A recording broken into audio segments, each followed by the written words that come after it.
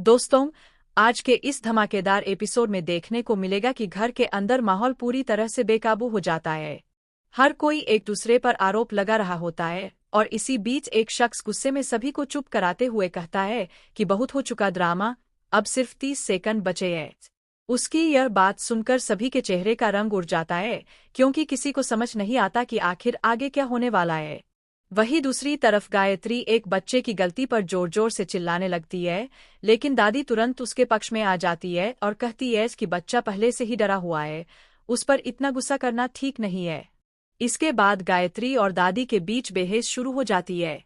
बात इतनी बढ़ जाती है कि परिवार के बाकी सदस्य भी इसमें कूद पड़ते हैं और एक दूसरे को जवाब देने लगते हैं। इसी दौरान छोटी दादी को लेकर भी घर में बड़ा विवाद खड़ा हो जाता है। कुछ लोग उनका समर्थन करते हैं तो कुछ लोग उनके खिलाफ बोलने लगते हैं। माहौल लगातार गर्म होता जाता है और फिर दो लोगों के बीच जबरदस्त लड़ाई शुरू हो जाती है।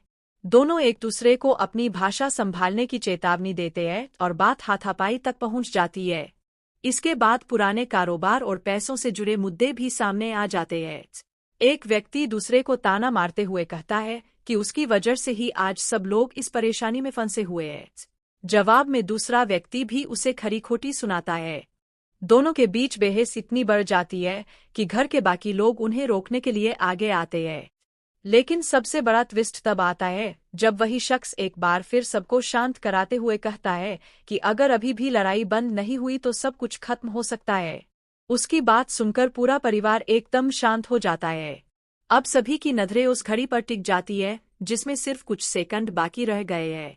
अब देखना बेहद दिलचस्प होगा कि आखिर इन आखिरी सेकंडों में क्या होने वाला है।